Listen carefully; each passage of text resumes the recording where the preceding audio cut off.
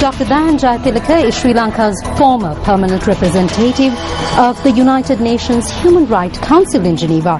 Speaking during an event in Colombo yesterday, Dr. Jayatilleka commented on the US-sponsored resolution that is to be tabled at the UNHCR in March. An international inquiry mechanism can take the form either of a UN Special Rapporteur or of a Commission of Inquiry.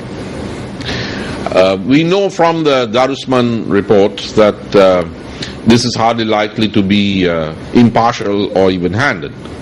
And once the machine gets rolling, it's very difficult to unhook it. It is very likely that the government of Sri Lanka would say that we are not going to cooperate with such a mechanism. And I shan't comment on whether or not that's the right approach.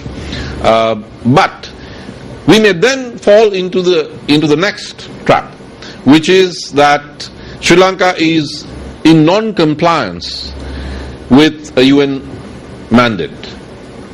The issue of economic sanctions is in the public domain. I must hasten to add that the March resolution will not trigger sanctions.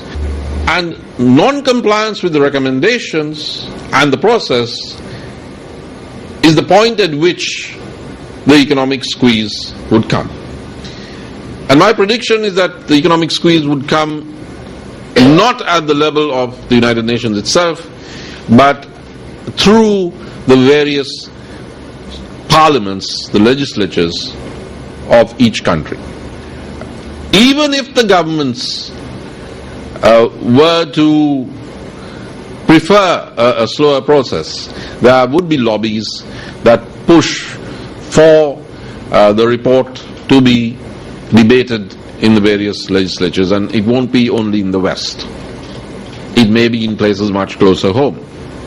I think with regard to Geneva, and I think the foreign minister is largely responsible because people look on him as an intellectual. You know, first we didn't really lose because the abstentions added up to more than the, right? Secondly, because we resisted, we didn't lose. You know, it was a moral victory. The foreign minister of Sri Lanka speaking to the youth of Hambantota is saying, you know, when we lose this resolution, you really must give the government a thumping majority.